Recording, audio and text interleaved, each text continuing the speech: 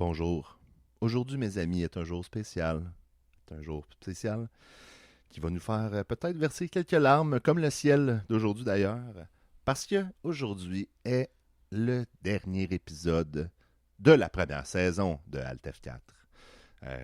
On va prendre un petit break après ça pour l'été. Bien sûr, il faut se reposer, puis se renouveler, penser à nos affaires, puis tout ça. Ça apparaît pas, mais ça demande beaucoup de temps. Et je vais pas pleurer tout seul, je vais pleurer en compagnie de mon co-animateur Maxime, qui est avec moi. Pleurer entre hommes. Bienvenue à Parler pour pleurer.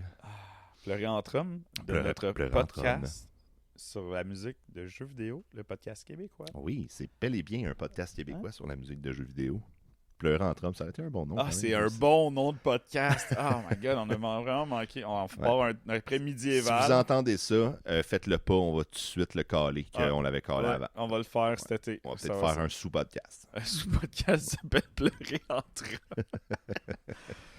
Mais oui, aujourd'hui, c'est effectivement le dernier épisode de la première saison. Comme Pitch mentionnait, on va prendre une petite pause pour l'été, pour se ressourcer. C'est surtout parce que mon ami Pitch est un grand musicien, donc on n'aura pas le temps.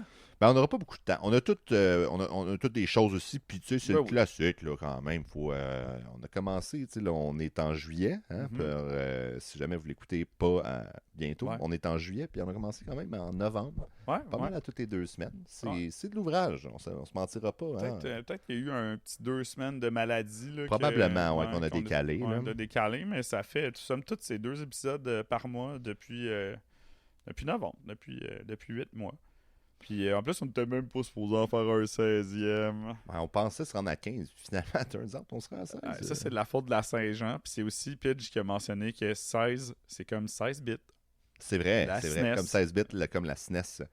Que si vous comptez 1 bit par épisode, vous êtes maintenant rendu à l'épisode qui est niveau SNES. Comptez 1 bit par épisode. J'aime ça, la partie podcast du podcast. Ouais, je l'aime aussi beaucoup. Fait que de quoi on parle aujourd'hui? On s'écarte déjà. C'est parce qu'on pleure. On a pleuré. C'est le dernier épisode. Donc, pour clôturer ça en beauté, on vous a fait un épisode sur les musiques de fin de jeu. Communément appelé les ending themes, les thèmes finaux.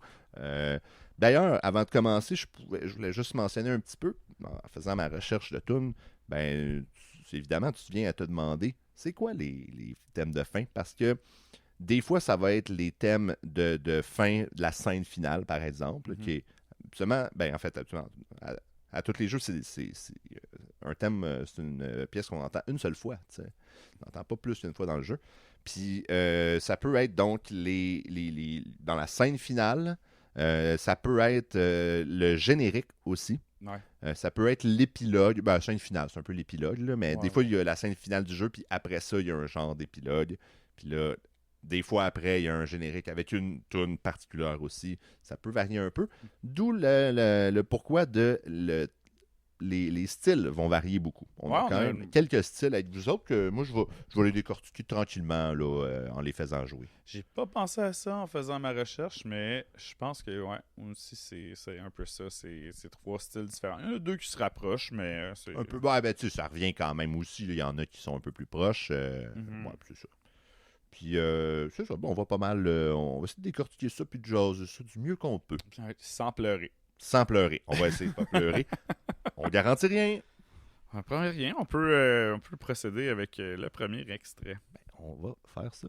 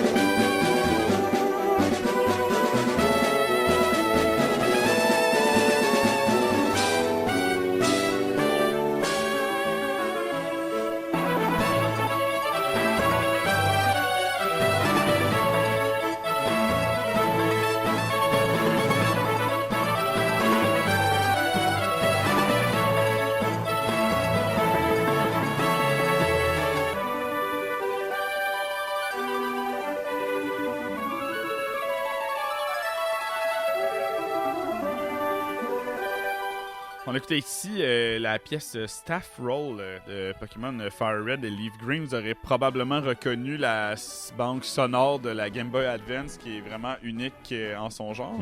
De qualité supérieure. J'aime beaucoup les brasses de la Game Boy Advance. Il y a un petit je ne sais quoi. Là, c'est peut-être de la nostalgie, là, mais j'aime vraiment, vraiment beaucoup le son de brass de la Game Boy Advance. Donc, ça a été publié par The Pokémon Company et Nintendo. Et ça a été développé par Game Freak en 2004, comme je disais, pour la Game Boy Advance. Donc, Pokémon Fire Red et Leaf Green, qui est un remake de Pokémon Rouge et Vert, parce que Vert était au Japon seulement. Vert est sorti au Japon. Nous, on a eu Bleu à la place pour je ne sais quelle raison. Je n'ai pas vécu ça. J'ai pas vérifié ça, en fait, l'information. Donc, en fait, le premier exemple qu'on peut avoir de musique de fin de jeu, c'est un classique medley. Donc ici, on a un medley de plusieurs thèmes du jeu. Premier type auquel j'avais pensé quand on parlait de ça tantôt. Là. C'est, dans le fond, la première pièce, c'est la tune de Jim, suivie du Rocket Hideout de Viridian City, qui est vraiment ralenti. Et finalement, la tune du title screen. J'en ai peut-être manqué aussi, comme ce bout-là, que je suis pas sûr c'est quoi. Des fois, c'est subtil, hein? Il apporte des thèmes que tu catches pas nécessairement tout de suite. Non, c'est ça. C'est bien fait parce que c'est tous des remixes des tunes du même jeu. Ben oui. Donc, c'est un truc qui est très commun dans les ending themes, comme je vous disais. Mais un bon exemple, c'est notre ami Nobuo Uematsu et Final Fantasy VI, qui a un ending theme de 10 minutes avec les thèmes de tous les personnages du jeu. Vous comprendrez que dans Final Fantasy VI, il y a genre 20 quelques personnages. L'avantage dans celle, parce qu'on avait parlé en se disant on mettra peut-être pas parce qu'il est interminable, mais l'avantage dans celle-là en particulier, c'est que c'est un peu c'est comme le début du générique un peu, ça fait que tu vois chaque personnage sont présentés. Ils ont donc leur thème réarrangé avec une transition d'un thème à l'autre, tout réorchestré avec l'intro, la finale, tout le kit. Puis tu vois une scène de leur escape de la tour de Kefka. Puis ils ont comme un symbole à eux. Mettons. Ouais, ben tu sais, ça veut dire Shadow et Interceptor, mettons. Puis là, ça tourne à part, puis t'as comme une image qui défile. Je me rappelle de Shadow, son image, c'est une pomme. Puis quand son thème il part, t'as 2 shurikens qui apparaissent plantés dans la pomme. J'ai toujours trouvé ça bien cool. C'est bien, j'avais jamais remarqué. Bref, sinon, c'est ça. Mais il y a aussi un autre thème de fin de jeu que je veux parler là-dedans, je veux beaucoup plus parler, en fait, qui est la fanfare. Un style musical, ma foi, qu'on parle plus souvent. Mais que tous et chacun, on connaît. Donc, une fanfare, c'est... dans le fond, c'est une marche musicale. Principalement constituée de cuivre et de percussion. Il y a des fois de la flûte, il y a des fois autre chose. La cuivre, le plus important, j'avais le nom en anglais, c'est le bugle qui a été inventé et prépare-toi par Adolphe Sax. Adolphe Sax, c'est lui qui a inventé la majorité des cuivres qu'on connaît aujourd'hui. C'est le nom le tuba, entre autres. Le tuba, qui a inventé ça, le nom en anglais, c'est du saxhorn aussi, le bugle. OK. Mais c'est une genre de trompette. Ouais. Je m'excuse, j'ai pas de meilleure description, mais c'est une trompette, on dirait, plus courte puis plus haute. Mais en tout cas, comme je pourrais pas dire, mais le son est plus... Ça s'approche plus du vent que du cuivre. OK. C'est bien aigu, ça doit être très, très clair. Là, ça a un gros range aussi. Je comprends. Donc, le bugle. C'est une tradition militaire, la fanfare, qui date du 19e siècle, mais qui a été précédée, en fait, par le corps des chasseurs au 14e siècle. Ça serait la base d'où vient la fanfare. Mais la tradition militaire l'a instaurée donc au 19e siècle. C'est un synonyme, évidemment, de victoire dans le collectif chez le commun des mortels. Parce qu'il y en a tout le temps. Les tunes de FF, les tunes de victoire s'appellent fanfare d'habitude. Ouais, la fanfare de Rufus. Oui, aussi, exact. Qui faire un aparté, c'est parce qu'on est en train de jouer à Final Fantasy VII, puis on s'est pété le thème de la fanfare de Rufus pendant au moins 15 minutes. Après avoir joué au meilleur Tower Defense de l'histoire de l'humanité. le pire Tower Defense, le pire jeu de marche militaire. Puis finalement, t'as gagné le jeu d'imitation de pause militaire. Oui, c'est vrai, on a eu notre TP. On a eu l'épée, on s'en fout. Mais c'était vraiment une grande expérience de jeu. C'est un style qui a été intégré maintenant dans la musique comme le plus classique. Un exemple, c'est The Sorcerer's Apprentice de Paul Abraham et j'ai vraiment mal écrit son nom. Paul Dukas. Paul Dukas. Ouais, Dukas, c'est ça. Ouais. Ouais, Paul Abraham. Ben, je sais pas si c'est Abraham, mais c'est Paul Dukas, dans tous les cas. Fait que les caractéristiques de la fanfare, c'est qu'on a probablement un rythme qui est incisif, c'est-à-dire qui est clair, précis et facilement reconnaissable. Fait qu'il n'y a pas de subtilité musicale en tant que telle, c'est vraiment des notes sur les temps, puis je vais y arriver dans pas très longtemps avec plusieurs exceptions, là. Il y a la répétition de notes et de modèles rythmiques. Par exemple, les triolets. Il y a beaucoup de triolets qui vont répéter la même note un après l'autre, là, puis ils vont faire comme une montée tranquillement. C'est une autre caractéristique. Il y a aussi l'utilisation d'une seule triade, c'est-à-dire un accord de 3 notes. Oui. Mais évidemment, vous comprenez qu'avec une trompette, tu peux pas faire 3 notes. C'est pour ça qu'il y a genre 46 trompettes, 36 bugles, 42 drums qui jouent ensemble pour faire donc les harmonies de tout ça.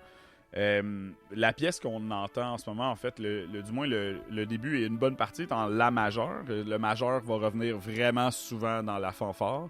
Parce que, bon, comme vous savez, qu'on vous a déjà parlé plusieurs fois, la gamme majeure, c'est une gamme qui est confortable, c'est synonyme de joie, de bonheur et d'allégresse. Ce qu'on entend en ce moment, très majeur. C'est très majeur, c'est ça.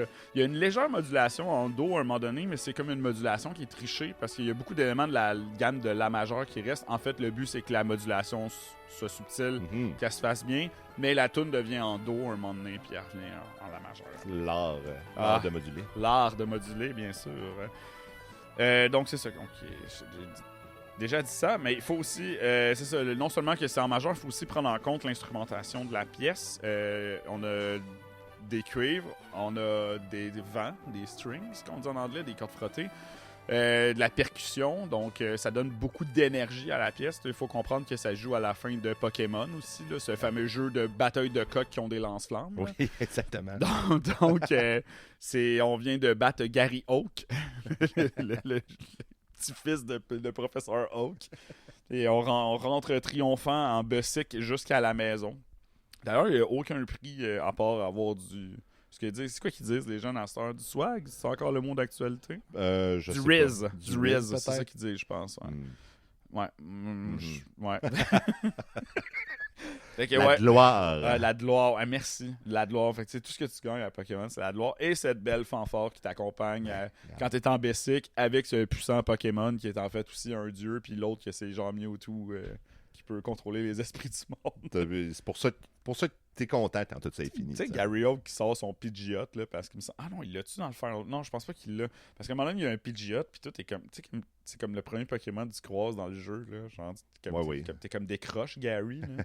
Genre, c'est correct, là, il va vite, là. Tu peux pas les tuer, là. C'est juste un gros oiseau, là. Genre... Pidgeot.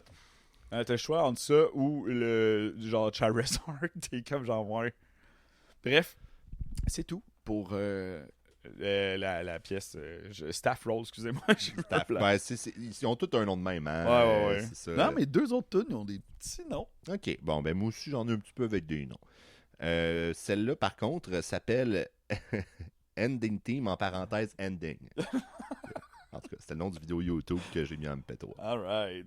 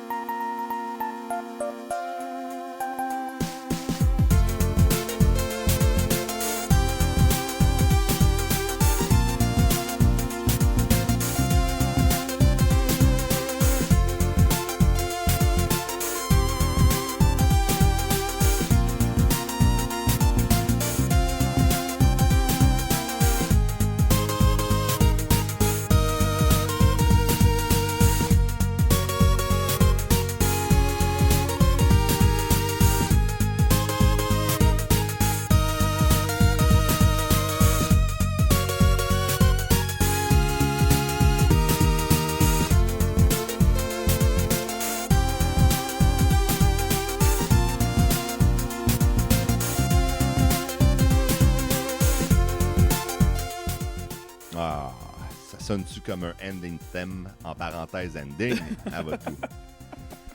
Alors, on écoute le thème final d'un jeu dont on a déjà parlé, Streets of Rage 2. On on a déjà parlé de ce jeu-là. C'est un jeu de 1992.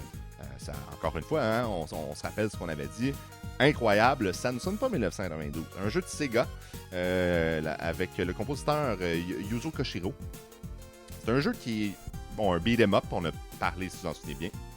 Dans notre spécial coup de poing, c'était le spécial coup de poing dont on a parlé. Ouais, c'est le spécial coup de poing, oui. Ouais. Excuse. Déjà dans cet épisode-là, j'ai réécouté le segment pour on va peut-être répéter des choses qu'on a déjà dit, mais c'est pas le même thème quand même. Je parlerai pas de l'histoire. Je me rappelle que même pendant cet épisode-là, t'étais réticent à parler de l'histoire de ce jeu-là.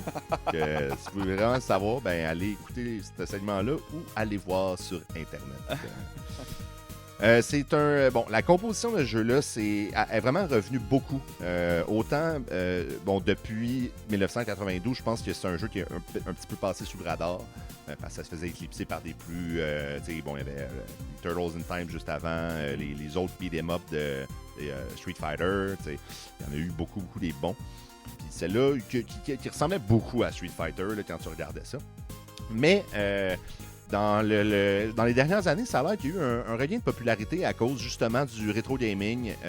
Et puis, il y a le rétro gaming, mais aussi ce que peut-être que toi tu fais, moi je sais que je fais beaucoup. Découvrir un jeu avec sa musique et ensuite avoir le goût de jouer. Ouais, maintenant c'est le cas. C'est le cas pour nous et pour pas mal d'autres mondes, je pense. Puis je pense que c'est une des raisons pour lesquelles ce jeu-là a eu un gain de popularité. La musique est vraiment en avance sur son temps. Pour la musique de jeux vidéo, c'est vraiment assez insane. C'est des méthodes de composition quand même modernes comparées à... Oui, ça sonne 90s, mais c'est les sons utilisés. On se rappelle, c'est de la Sega. C'était vraiment avant-gardiste. C'était vraiment avant-gardiste. Il y a quelques... Mon Dieu, C'est un chat dans la gorge, hein? J'ai un Sega dans la gorge. Il y a une couple de raisons, une couple de procédés qu'il va utiliser. Ça, tout de suite, là, on voit qu'on n'est pas dans la même catégorie. C'est pas la fanfare. Ça, moi, la première chose que je me suis noté là, sur cette tune-là, c'est que il n'y a pas de parole, mais c'est une chanson. Ah oui, hein? C'est une chanson à côté. Ouais. C'est bien juste parce que c'était Sega 92 qui ne pouvait pas mettre de chanson. Parce que crée-moi qu'il y aurait des paroles là-dessus. La mélodie est super chantante. C'est vrai, tantôt tu l'as mis puis j'ai chanté par-dessus instantanément. Tout de suite, c'est tout de suite le goût que j'ai le goût de faire quand on entend. Est-ce que tu as déjà dit la chanson chantée? Ouais. C'est comme une chanson, mais c'est pas chanté. Il y a des chansons qui sont actually chantées. Ouais. Mais ça, tu l'entends que, c'est aussi japonais, on connaît les...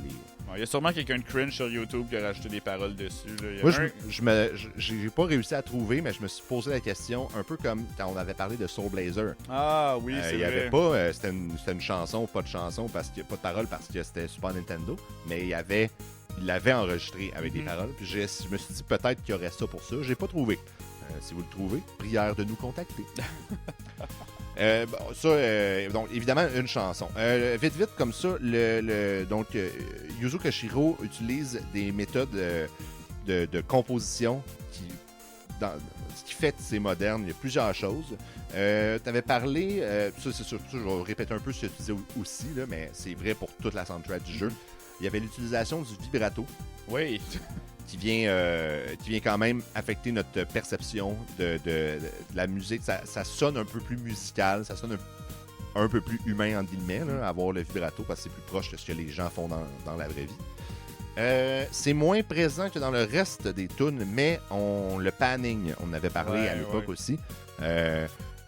Avoir à gauche puis à droite là, en stéréo, c'est pas un bloc mono qui vient tout au milieu, c'est vraiment... Oui, il y a des choses au milieu. La mélodie, par exemple, principale, la percussion.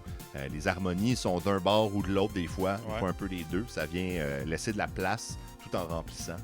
Ouais. Ça permet de mettre des petits contre-champs. C'est ça qui a fait la force de la bande sonore de Streets of Rage aussi, c'est que c'était comme dans les premiers à faire ça. Le reste, les tunes des combats puis des tableaux, c'est quand même insane. À quel point ça le fait, là. C'est vraiment nice. Qu'est-ce que j'ai écrit d'autre? Le panning, oui, ça c'est vrai. Ah oui, attends, je vais le repartir parce que ça, j'ai quelques éléments musicaux plus théoriques dont je veux parler. Il y en a 2-3 qui reviennent très très souvent dans les thèmes de fin. Attends un peu, je me suis pas mis de Time Mark. Je pense que c'est dans les... Je vais avancer un peu. OK, écoutez, la basse.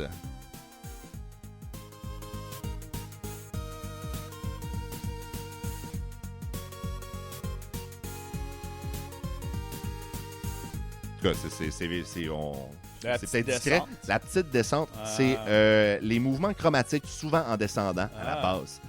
Ils vont descendre chromatiquement, ça rajoute vraiment une direction. Puis ça permet aussi dans l'harmonie d'aller chercher. Moi, c'est l'autre chose que je me suis. Bon, je sais que ça gosse qu'on n'a pas, on n'a rien pour faire la musique. Mais de toute façon, il va y avoir tout le temps les thèmes. Puis je vais faire écouter. J'ai plusieurs de timing là, que je me suis noté. Là. J'ai trouvé en français, mais j'ai pas trouvé le mot. C'est ça, la base chromatique comme ça, en descendant, c'est souvent en descendant comme ça que j'ai remarqué dans ce que j'ai écouté. Il y en a que ça va aller chercher après ça le mineur 4, dont on a beaucoup parlé. Ouais. Et ça, c'est mon deuxième élément qui revient énormément souvent dans tous les thèmes de fin que j'ai écoutés. Il y a celle-là, il passe aussi. Mais il y en a des plus obvious que je vais vous en parler tantôt. Aussi, je voulais dire que les tunes de fin, il y avait on t'a parlé de fanfare, donc c'est très énergique de fanfare, de célébration un peu de fin. Celle-là, c'est un petit peu plus émotif, disons. Mm-hmm. C'est une chanson là, que tu sens que tu chantes, c'est comme c'est la fin, mes amis. C'est comme ça que tu te feels un peu. Là. Ouais. Elle est très upbeat pour ce type-là, mais quand tu écoutes le reste des tunes du jeu, ben, tu comprends que c'est vraiment smooth. C'est la plus tranquille de tout le jeu. Les autres sont vraiment les autres c'est insane. Ouais. La plus tranquille, la plus tonale aussi. La plus tonale. Là, le sentiment de tonalité est d'assise sur le point de repos. J'ai l'impression aussi, puis ça, corrige-moi si je me trompe, que est comme sur la même structure que beaucoup de chansons pop, là. Genre le 1-5-4, le 1-6-5. Oui, énormément. Puis, bien honnêtement, c'est une chanson pop. C'est une chanson pop, exactement. C'est normal que tu trouves ça. Oui, moins chromatique. Puis, il y a le petit chromatisme à la base, ça vient pas... vous avez rien vu. Les autres tunes, il y en a que c'est tellement chromatique que ça sonne atonal. Ça sonne pas du tout tonal. Ouais, ou du moins au début ou à certains endroits. Tu vois, c'est comme, oh shit. Vraiment dur de trouver un point d'assise. T'sais. Et je voulais remettre au début. Je joue beaucoup. Là, je vais jouer beaucoup dans les timings, dans les time stamps parce que... Tu fais ce que tu veux, c'est le dernier épisode. Je voulais mettre pour parler du Rhodes. Ce qu'on entend. Ouais. Ça, vous connaissez ça. Le piano, c'est le piano... C'est un genre de piano électrique. Ouais, parce que quand j'avais des cours de clavier, quand j'étais jeune, le electric piano, le e-piano, c'est ça. Ouais. Le Rhodes, c'est un instrument qui, je pense, a été inventé dans les années 40. 40-50. Ça a été vraiment popularisé dans les années 70, mais le concept est plus vieux que ça. Okay. Puis bon, ça a dû même évoluer.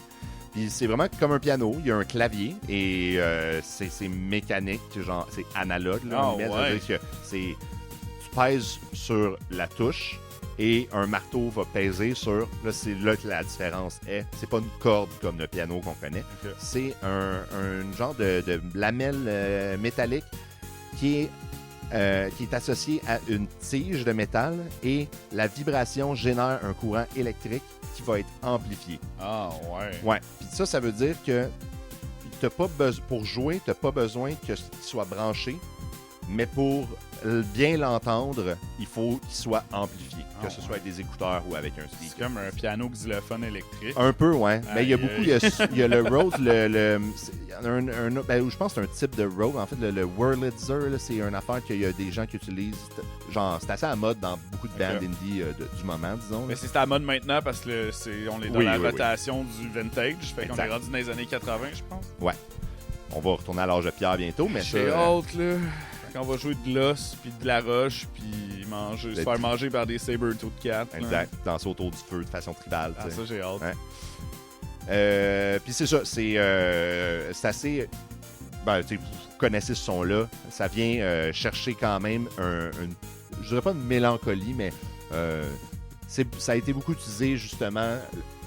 dans ce cas-ci, à un remplacement de la voix. Dans l'intro, bien sûr. Après ça, il y a d'autres instruments et plein d'autres choses. Mais c'était vraiment... tout ça, je vais juste mentionner ça. Ça a été très présent dans beaucoup de choses. Ça l'est encore en ce moment et ça le sera, sans doute, encore dans le futur. Pour toujours, jusqu'à temps que la planète explose. La planète Terre. C'est ce qui conclut mon premier petit extrait de Streets of Rage 2 Ending Theme, en parenthèse Ending. On peut passer à mon prochain extrait. On va passer... attends un peu, il y en a deux. Ah, c'est celui qui commence par un W. Okay. Ouais, c'est bon, je l'ai. On va commencer par le smooth.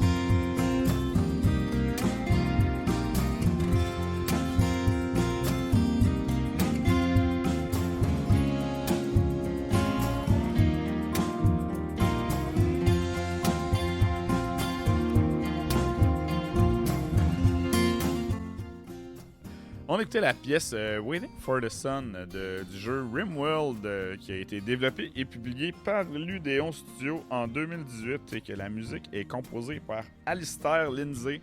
J'en profite parce que j'ai oublié de mentionner le compositeur de Pokémon qui est Junichi Matsuda qui a fait aussi le Pokémon rouge et bleu et vert. Mais qui a aussi fait les tunes pour le remake. Mais on parle d'Alistair Lindsay en ce moment. On ne parle pas de la bande sonore de Pokémon. Qui a d'ailleurs fait la bande sonore de Roller Coaster Tycoon 3 et Prison Architect. Deux jeux que... j'ai joué à Prison Architect. En fait. J'ai pas... tu sais, les deux, j'ai joué à peu près autant. En fait, RimWorld, j'ai beaucoup regardé. J'ai très peu joué. C'est un bon jeu à regarder. Ouais. C'est vraiment un bon jeu à regarder. C'est comme un film. C'est juste qu'il y a quelqu'un qui pilote et qui se fâche. C'est vrai. Donc, on a gardé la thématique comme folk américain, là, qui est dans tout le jeu au complet, là. On a juste slamé des paroles par-dessus, finalement. Mais c'est bien réussi. C'est pas catchy. Là. Ah, c'est vraiment catchy. On parlait de pièces... Tantôt, j'ai oublié de te dire, là, ça me faisait penser à Katamari Damacy, la toune. Ah, ouais, ok. Je sais pas si tu veux comprendre. Oui, je comprends. Ouais. La mélodie est pas si loin de ça. Ouais, c'est ça. Excusez, je sors du coq à l'âne, je viens de penser à plein d'affaires. Mais ouais, non, c'est super catchy, là. C'est comme, t'écoutes ça, ça jouerait à la radio, cette tune-là. Ouais. Ah, c'est bon, cette tune-là. L'autre jour, je vais, dans le futur, je vais sortir mon recyclage de m'amener, puis je vais faire... Cette tune-là va partir. Waiting for the sun. Si t'es dans un film, ça peut jouer, là. Ouais, vraiment. La fameuse prise de toi qui sort tes poubelles en bobette, là. Puis c'est la tune Waiting for the Sun qui joue. Ah, ça serait bon, là. J'aimerais ça. Mais comme je disais, c'est obviously un guitariste. Il y a d'ailleurs des tutoriels pour apprendre les tunes de RimWorld sur son YouTube. Ah, sur son propre YouTube? Ouais, sur son propre YouTube. Wow, c'est vraiment un tripeux de musique, là. Puis surtout un tripeux de multiples guitares. Parce que dans la bande, dans toute le OST de RimWorld, il y a vraiment une chier de sortes de guitares. Là. C'est pas juste de la guitare classique. Il y en a, c'est... la steel guitar. La steel guitar, c'est ça. Ouais. Il y a comme la guitare de country là, qui est couchée. Là. La lap. Il y a ça. Ouais. Puis il y a beaucoup de tunes qu'il y a comme 3-4 sortes de guitares qui jouent ensemble. Là, genre, avec de la basse, bien sûr, et du drum. Là. Mais c'est de la 12 cordes, probablement, aussi. Ah, sûrement, définitivement. Mais c'est ça, c'est que c'est toutes toutes les pièces sont folk américains. Fait que c'est comme une bonne niche en plus là, pour ce genre de jeu-là vraiment, qui se passe dans un monde qui est un peu à la désertique. Ouais, le Far West. J'allais dire un bon monde de colonisateurs. Exact. Les États-Unis. Ouais, puis ce que j'aime beaucoup, puis on mentionne pas souvent ça, je trouve, quand on parle des pièces qu'on choisit.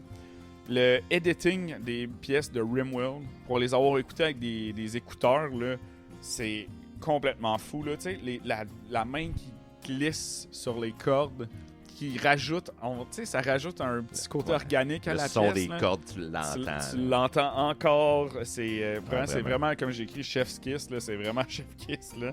C'est vraiment un excellent travail. Puis, tu sais, ça finit bien le jeu, là, parce que RimWorld, c'est quand même de grande envergure. Tu as des parties qui vont durer 1 mois. Tu peux speedrunner le vaisseau si tu veux. Là, tu gâches tout ton plaisir, selon moi. Là, mais c'est des parties qui sont vraiment longues. D'entendre cette pièce-là. Puis ça, c'est peut-être une catégorie que je pense qui est importante. Là, les pièces feel good. Là. Genre comme de la petite pop tranquille là, pour genre justement là, comme tu peux relaxer enfin. C'est rare qu'il y a de la tension dans les thèmes de fin. Hein? Ça me fait. J'écoute la toune que j'avais pas du tout écouté avant. Là, tu me l'avais envoyé puis tout, mais j'avais pas écouté. Puis ça fit avec d'autres notes dont je vais parler. Ah ouais? Ouais, sur les thèmes de fin. En tout cas, je vais en parler tantôt. Là, ce qu'on vous dit pas, c'est que Pidge puis moi, on se parle juste dans les podcasts. On se connaît pas vraiment. On se connaît pas vraiment, ouais. On s'est juste croisés dans un bar à Québec. Tu peux mettre l'autre pour faire un un contre-exemple, qui est pas vraiment un contre-exemple, mais qui est, dans le fond, la pièce qui joue à la fin du DLC Anomaly, le dernier DLC qui est sorti pour RimWorld.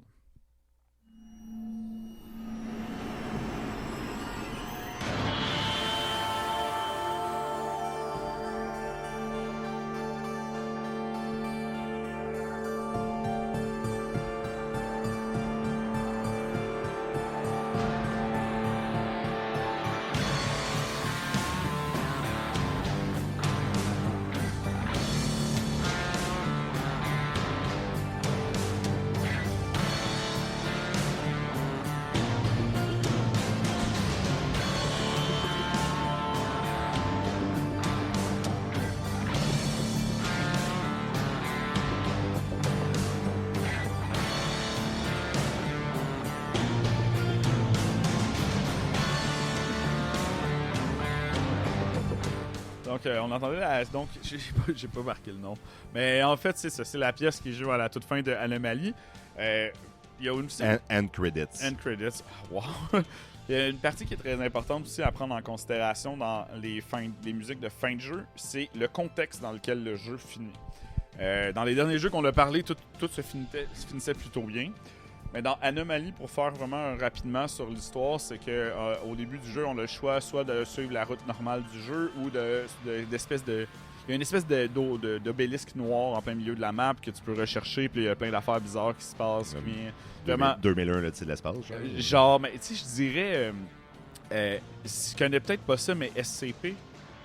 c'est pas la job qu'on a eue ensemble. Oui, non. Ouais. SCP, c'est un truc sur Internet qui font des histoires, des short stories sur des affaires bizarres, là, genre une statue qui tue du monde, des affaires même. Ouais. Mais c'est un peu ça. Puis à la fin du jeu, à la place de faire le vaisseau, parce que là, t'as une fin par DLC, la fin de celui-là, c'est que finalement, t'as embrace le void de l'obélisque, puis t'es devenu genre toi-même un genre tu fais toi-même partie du void, fait que t'as le choix de continuer ta game ou ton bonhomme disparaît à jamais. Fait que ce que je peux présenter comme élément, c'est le contexte de la fin de ton jeu qui va jouer beaucoup sur la musique qui va jouer. C'est rare qu'on a des tunes qui vont être tendues. Elle a un petit peu. Oui, quand même. C'est pas une fin relax non plus. Pas une fin relax, mais tu sais, l'histoire est sortie sa grosse guitare électrique. Il y a aussi des petits éléments synth que j'aime beaucoup au début, là, puis quand on entend en pièce, là, ça nous prouve que c'est un artiste complètement talentueux qui va explorer plein de styles différents. Ah! Bon. Là, pour continuer, moi, j'ai plusieurs intérêts. Je suis en train de muer, mais ça se peut pas. Tu vas parler plus grave. Après ça, je vais parler comme ça tout le temps. J'ai plusieurs intérêts pour le prochain segment. Plusieurs jeux. Je vous dis pas de quelle série de jeux. Je vais juste en mettre un. Je sais même pas lequel je vais mettre encore. Je vais mettre celle-là.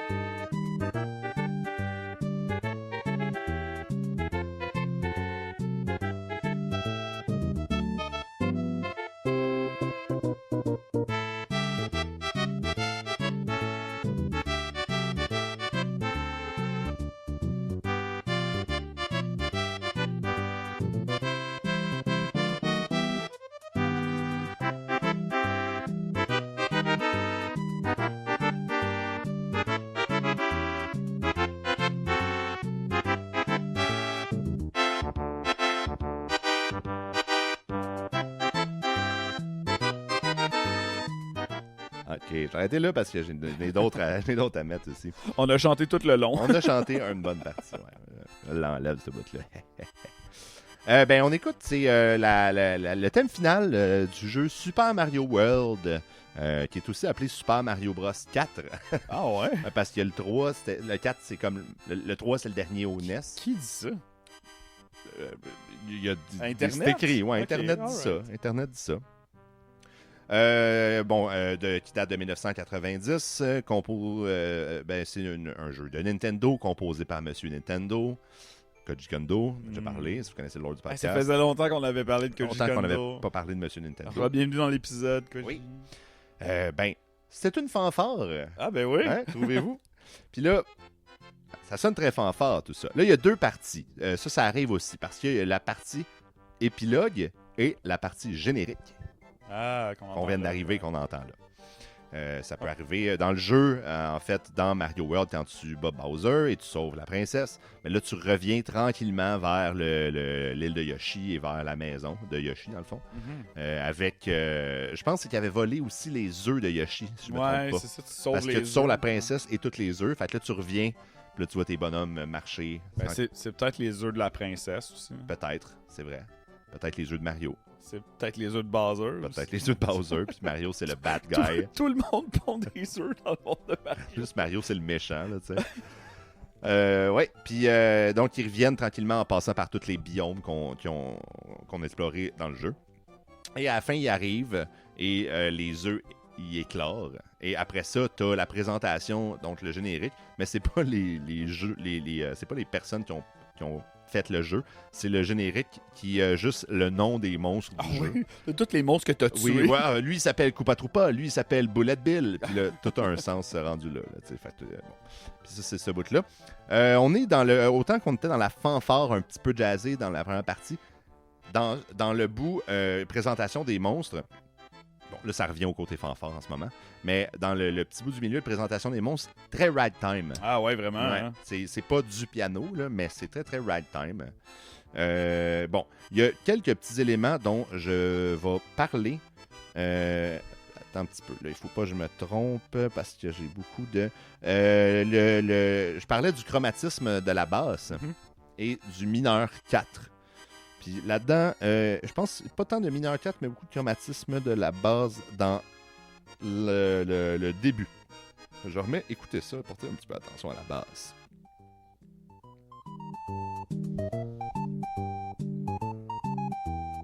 Là.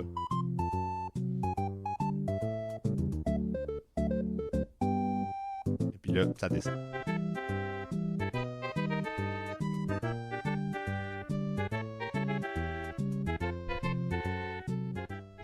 Je veux pas te freiner dans ce que tu dis, mais tu parlais de ragtime, je viens de réaliser que la pièce est beaucoup syncopée. Il y a beaucoup de temps qui sont gardés le plus longtemps qu'ils devraient. Là. Genre le papa. Ouais. Ça, c'est très ragtime. Ben, ça, on souvent appelle ça, c'est swingé un peu. Les croches sont swingées. Ouais. Au lieu que ce soit 2 croches de longueur égale, c'est comme si tu avais 3 triolets, mais les 2 premiers sont liés. C'est ça. Mais ça, c'est la partie fanfare. Après ça, quand ça vire en ragtime, c'est pas syncopé. OK. Après ça fait... Je vais arrêter de chanter par-dessus la musique qui est pas pareille. Hein? Ça, c'est le premier extrait de Mario World. Ensuite, j'ai d'autres thèmes de Mario que je vais vous faire écouter. Je vais y aller avec un que j'ai... Là, ça, c'est rare. Je pense que c'est la première fois qu'on fait ça. Mais exactement le même thème que j'ai déjà fait jouer, mais pour des raisons différentes. Oui. Coup d'éclat et trahison. Oui. Le bout de fanfare.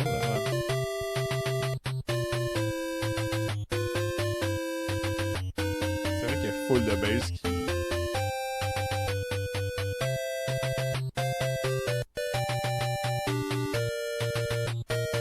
La basse encore une fois.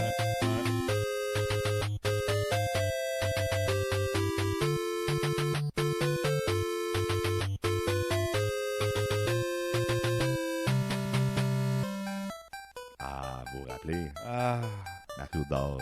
Vous êtes maintenant dans le passé, vous êtes à l'épisode de semaine. Je veux juste...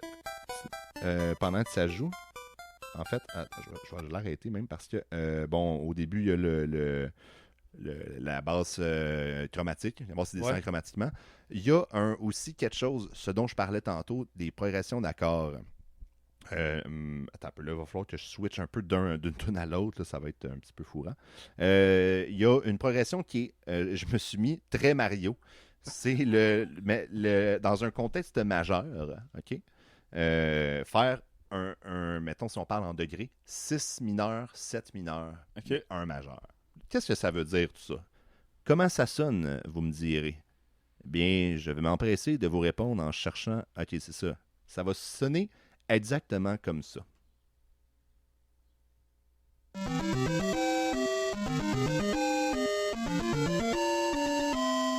Oui, ça sonne comme ça. Ça, c'est une tune en majeur. C'est 6-7-1?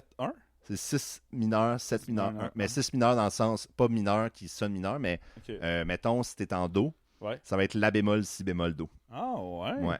Puis il refait ça partout. Ben, ça revient, donc, mais finalement, tantôt, c'est exactement ce qu'il y avait dans la tune que t'as mis de Rimworld. C'était un tune en majeur, puis ça l'a fait 6, 7, 1. T'as raison! Ouais. T'as raison! Là, j'en revenais pas. Fait que, on a peut-être pas piano pour vous le jouer, mais c'est comme ça que ça sonne. Que vous le saurez. La 3e chaise de piano. Vous le saurez. Ensuite, je vais remettre la tune de Mario 2. C'est interminable, ce segment-là. Que je vais avancer un peu au bout où Mario il dort finalement, spoiler alert. Je vais caler ce qui arrive. Une autre chose qui arrive assez souvent. Bon, je me suis mis mon timestamp, j'aurais pu juste respecter ça. Hein? Les règles, c'est fait pour être brisées. C'est vrai. Pas de suite, pas de suite. OK. C'est là.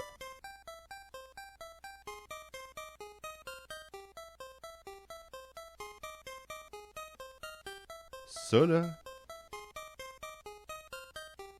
c'est pas tout à fait un 4 mineur. Ça sonne comme un 4 mineur parce qu'il y a, mettons que t'es en Do, t'as un La bémol dedans. Ça sonne comme un Fa mineur, tu sais. Ouais. Mais en fait, c'est un... Moi, dans le contexte, j'appellerais ça une substitution de 4 mineurs, qui est en fait comme l'accord de La bémol majeur, qui est full proche de lui de Fa mineur. Mais ça donne cet effet, le passé de 1 à 4 mineurs en guillemets. C'est ça que ça donne. Ouais. Ça fait le côté un petit peu reposant dont tu avais déjà parlé la première fois qu'on a parlé du 4 mineur. Là. Depuis que c'est rentré dans ma vie et que c'est du poison. Oui, c'est ça. C'est du poison parce que t'en veux toujours plus. T'en veux toujours plus, ouais. Parce que le moment que, tu sais, je veux dire, on en parle comme si on le reconnaissait. Ben, Antoine le reconnaît plus que moi, mais à cause des épisodes, j'ai fait beaucoup de recherches là-dessus puis maintenant, je l'entends partout. Ben, tu te rends compte, en fait, qu'il y en a partout. Plus, hein. Ouais. C'est comme si tu lis les ingrédients d'une genre de bouffe vraiment, genre de scrap, disons. Là. Ouais. Puis là, t'es comme, ben, il y en a partout, cette affaire-là, finalement. Puis là, tu te mets à capoter. Sauf que ça, c'est meilleur pour la santé, le café. Ouais, la musique, c'est meilleur. Mm-hmm. Je vais terminer... T'as-tu un autre extrait? J'ai un autre extrait. Yeah. Ouais, je suis désolé, c'était mon gros bout, celle-là. Je veux pas que tu t'excuses, c'est le dernier épisode, on fait ce qu'on veut. On fait ce qu'on veut. De toute façon, on fait le temps ce qu'on veut. C'est vrai, ça. Je vais terminer avec le thème de Mario 3, le dernier au NES. Je me suis mis aussi des timestamps pour des petites affaires. OK, fait que gardez à l'oreille, qu'est-ce qui va se passer? Je vais peut-être l'avancer un peu. Je vais l'avancer un peu, parce que le début, c'est juste ça.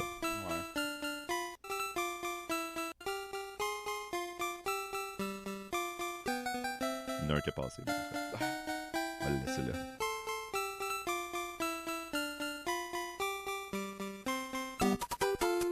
Oh! Là, ça vire un petit peu jazzé. Jazz latin, un peu bossa nova. Ouais. Ça te lâche avec le ragtime oui, du quand jeu. Même. Écoutez bien si ça en vient.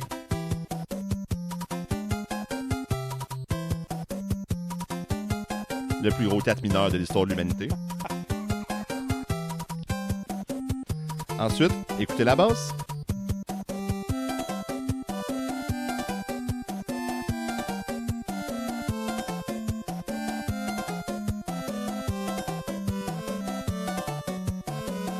All the way chromatique. C'est tellement cheesy, c'est bon. Il a mis all over the place. Là.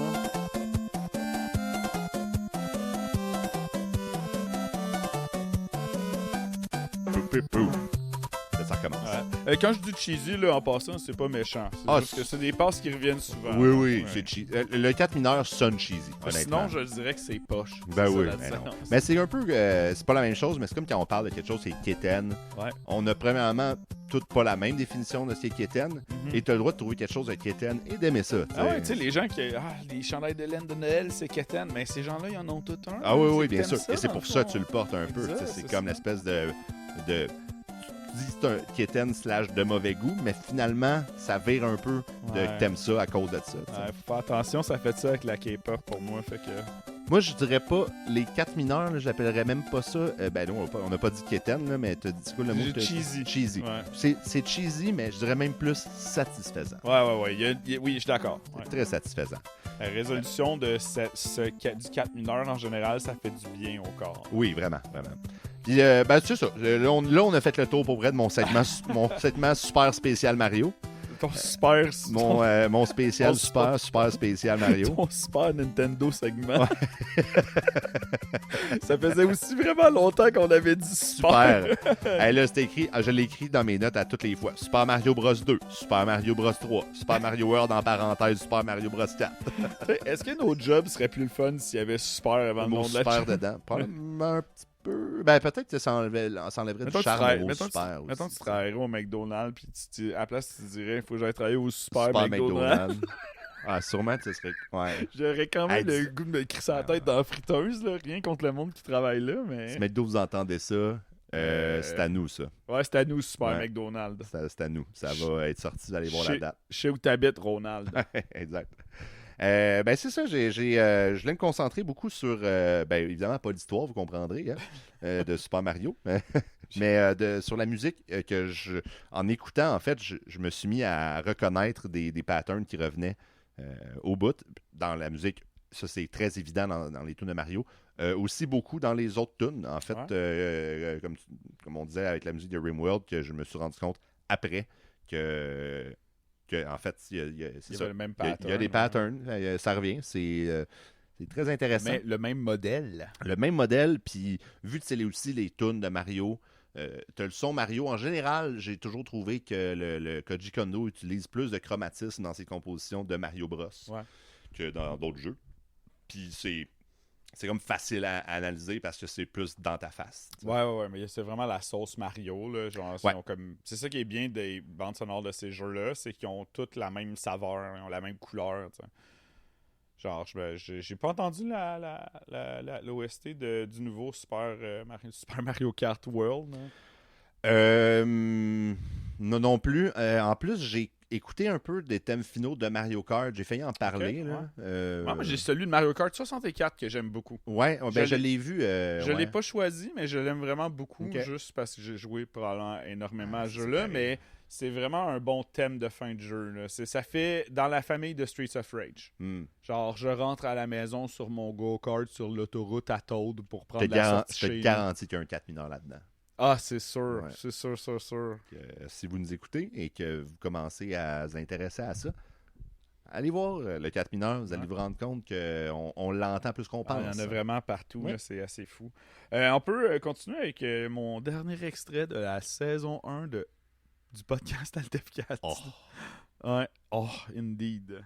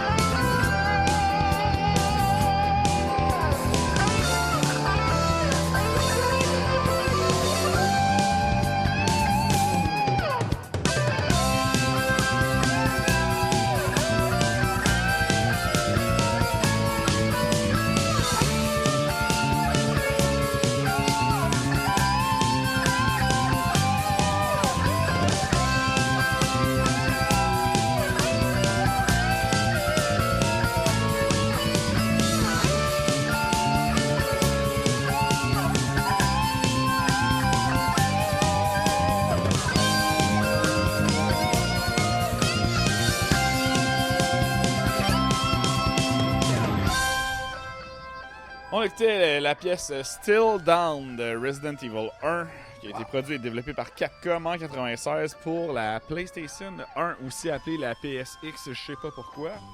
Moi non plus, je sais pas. La musique a été composée par Koichi Hiroki, Masami Ueda, Takashi Nigaki, Makoto Tomozawa, qui est celui qui a composé cette pièce-là, en fait. Donc, Pidge, tu m'as fait remarquer que la base était encore en train de faire de la chromatique, c'est ça? Il y a un bout où il y a la fameuse descente chromatique de base. Ça, je vais le garder pour la fin. J'ai écrit la fin au début de mes notes, fait que ça n'aide pas. Je souvent ça aussi.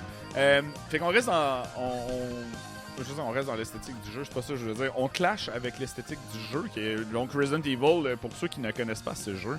C'est l'histoire de...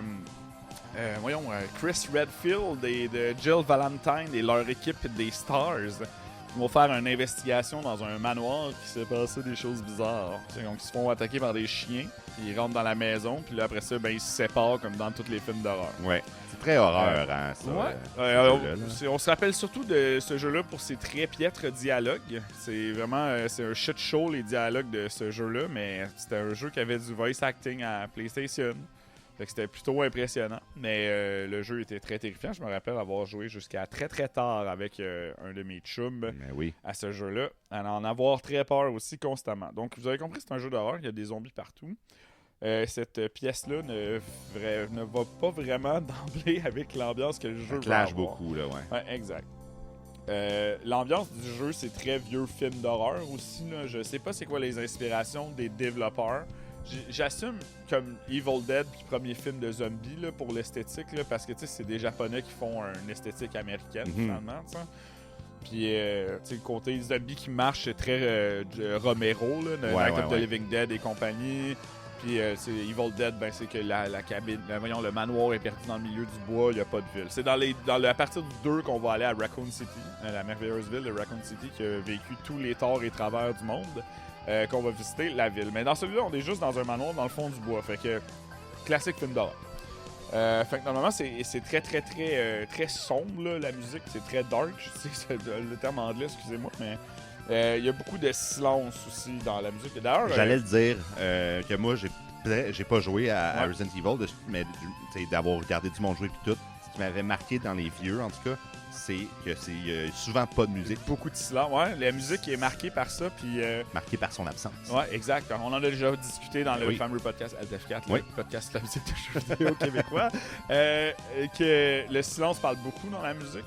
Ouais. Ça rajoute un effet de terreur. En fait, ce que ça crée, c'est une attente, soit que la musique reprenne ou un jumpscare. C'est souvent la musique, c'est pas le jumpscare. Sinon, aussi dans la bande sonore originale du jeu, il y a Moonlight Sonata, parce que Chris Redfield ne sait pas jouer du piano, mais Jill Valentine, elle sait en jouer. Ah, fait qu'elle joue. Ben, quand tu joues Moonlight Sonata, il y a une porte qui ouvre. Parce que la personne qui a fait ce manoir-là est complètement crackpot, là. Genre, elle a caché des clés dans les toilettes. Dans le jardin, il y a quelque chose où tu brûles une plante pour aller retourner là avec le... En tout cas, j'adore ces jeux-là. C'est un compositeur qui était comme visiblement très à l'aise avec le rock, comme vous pouvez entendre. C'est lui qui a composé la musique de Mega Man X puis Mega Man Legends. Ouh, ok, ouais. Donc, qui est aussi Capcom d'ailleurs. C'est aussi lui qui a fait la musique de Dino Crisis. Tu connais-tu Dino Crisis? Oui, j'ai jamais joué ou quoi, mais je sais quoi. C'est comme Resident Evil, mais avec des dinosaures au lieu des zombies. Ça. Parce que c'est les mêmes contrôles de tank difficiles. Là, ouais. Ton bonhomme tourne sur place. Là. Puis donc, c'est lui qui a fait toutes ces bandes sonores-là. La pièce est vraiment imprégnée des influences du rock japonais. Parce qu'on aurait tendance à dire que ça se rapproche du rock américain. Oui et non, en partie. Mais les exemples que j'ai pour vous, ça serait Soft Ballet, Bowie. Je suis allé écouter 3 personnes me dire comment prononcer le nom de cette band-là. Et moi, celui que je trouve qui ressemble beaucoup, c'est le band de Rebecca, un band de rock japonais des années 80. OK. Fait qu'il y a un peu de synth, mais il y a beaucoup de basse qui est comme... La basse est folle dans la pièce qu'on veut d'écouter, mais la basse en général. Puis ça me rappelle aussi nos bons vieux amis de Cassiopeia. Oui. C'est un peu des éléments de jazz fusion. Là, jazz fusion japonais. Jazz fusion japonais, ouais. Exact. Puis les solos, ben ça, c'est tout le rock des années 80 était marqué par les nombreux solos C'était aussi, il faut spécifier que c'était l'essor de la city pop à cette époque-là. Mais le jeu est sorti en 90. Mais c'est comme bien imité cette époque-là. Le jeu stipule pas quand est-ce que ça se passe. Je pense que peut-être qu'ils le disent dans un papier que tu trouves à terre. Là, mais si tu mettons contemporain au jeu, genre. Non, non, l'esthétique est très 90. Non, c'est vraiment années 90. Ouais, mais le premier jeu, il date des années 90. Ouais. C'est ça. Fait donc, c'est contemporain à sa C'est contemporain à son époque. À son époque, c'est ça, je veux dire. Oui, bref, c'est ça. Fait que moi, c'est probablement une de mes. En fait, j'avais comme. Quand je faisais ma recherche, j'ai écouté les tunes de fin de jeu, le jeu que j'ai joué. Puis, dans le temps que je streamais, j'avais fait le tour de Resident Evil 1 version GameCube. Là. Puis, je me rappelle avoir laissé le thème jouer, même si c'était dans le remake, c'est des nouvelles versions des tunes. J'avais laissé le thème jouer. Ah, d'ailleurs, oui, c'est vrai. On a jeu de vous faire aussi écouter le thème. J'allais te spécifier. Là. Okay. Moi, j'ai un autre extrait excusez. Ce serait gênant de pas écouter. Là. Parce qu'au Japon, ce n'était pas la même chose. La pièce qui joue à la fin, c'est Yume de Owara Senai, qui veut dire « Je ne laisserai pas cela se terminer en rêve ». Donc, on va écouter cette magnifique chanson.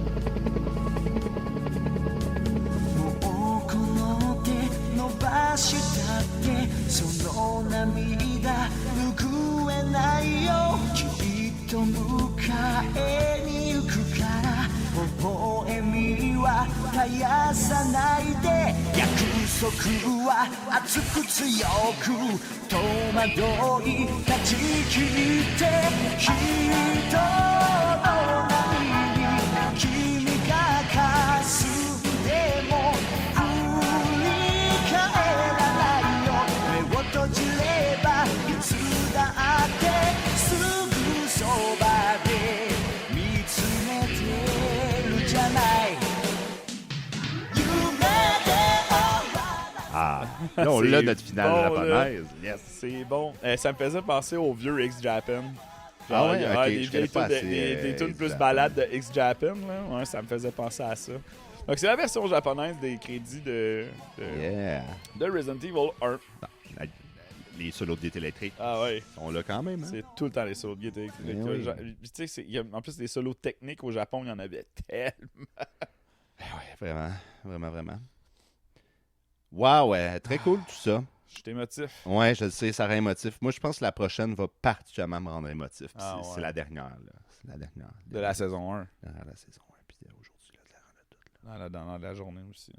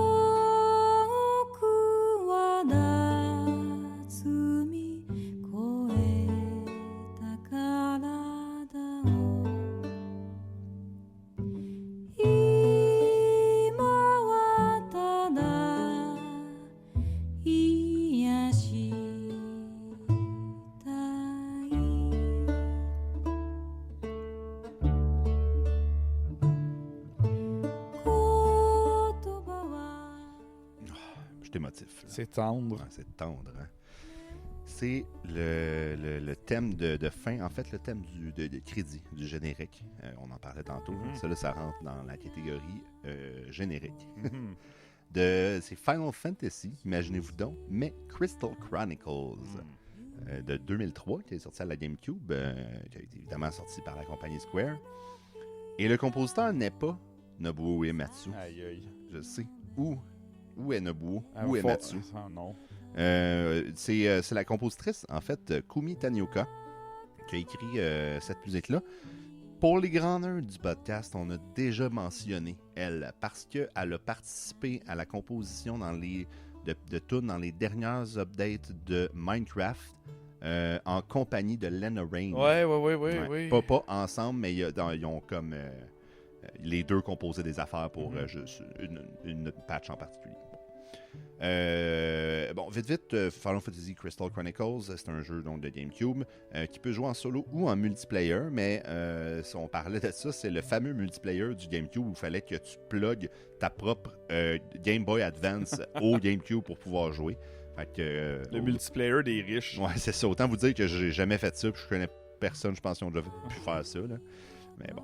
On incarne des aventuriers qui se déplacent en caravane et qui collectent je me suis mis en guillemets, carburant mystique pour fournir les cristaux qui protègent le monde du miasma destructeur. Donc, c'est pas mal ça. Je pense que la quête principale revolve pas mal autour de ça. Tourne pas mal autour de ça. Moi, ce qui me plaît beaucoup, premièrement, il y a beaucoup de choses qui me plaisent, en fait. Cette tune-là, c'est, j'oserais dire, le pinacle des épisodes de Alt F4. Parce que c'est un thème de fin qui est une chanson. Je vous ai pas dit aussi je me suis pas noté le nom puis c'est pas écrit. C'est genre Starry Night, là, une affaire de... En tout cas, va le chercher, là. Quoi, tu veux que j'aille chercher? Ça va être riveting. Ça va être riveting au bout, ouais. Mais c'est aussi une compositrice. C'est une compositrice, oui. Fait que, mettons, fais genre Ending Theme, FF Crystal Chronicles. Mais je sais pas si ça va sortir parce que ça sort d'autres affaires, là. Anyway.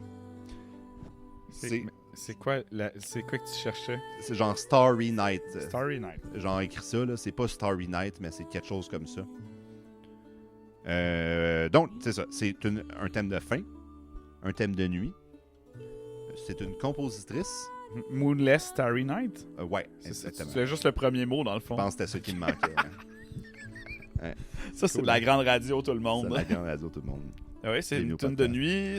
Ouais, c'est une chanson. Chanson chantée. Chanson chantée. Et aussi, ça, c'est un élément sur lequel je vais m'attarder un petit peu. Kumi Tanioka, elle a fait beaucoup ça, et particulièrement pour la musique de Crystal Chronicles, ses compositions sont très inspirées de la musique médiévale. Médiévale / Renaissance. En fait, sur beaucoup... dans la musique, mais aussi dans les instrumentations.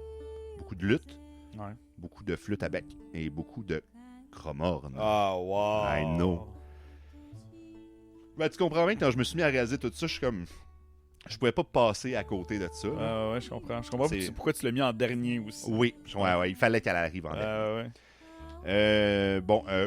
J'ai pas grand-chose d'autre à dire sur tout ça, parce que il y a pas grand-chose à dire. Par contre, il y a une dernière chose à dire. Si vous vous rappelez l'épisode sur les chansons, c'est une chanson, il y a des paroles. Hein. En japonais, je ne parle pas japonais. Fait que, il a fallu que je demande au AI du coin. AI local de Hochelaga. AI local, ouais. Le Hochelag AI. Le AI dépanneur. À me traduire cette chanson-là, que je vais vous lire en même temps que la chanson joue. Donc, c'est Moonless Starry Night. Face au vent salé, je ferme les yeux. Mes pensées s'envolent sous l'ombre bleue des arbres. Mon corps qui a traversé les mers lointaines, je veux juste le soigner maintenant. Même sans mots, nos regards se croisent. Nos cœurs qui se sont parlés, les rêves en lesquels j'ai confiance, les amis qui m'ont tendu la main. Je leur dis merci. Quand j'ai failli m'arrêter, le visage de ma mère m'est apparu. Je veux rentrer chez moi, auprès de ma famille, tout de suite. Nuit étoilée, où j'ai retenu mes larmes. Comparé à moi-même, quand je suis parti, suis-je devenu plus fort? Si c'est le cas, je suis un peu heureux. Toujours un bout de drôle là-dedans.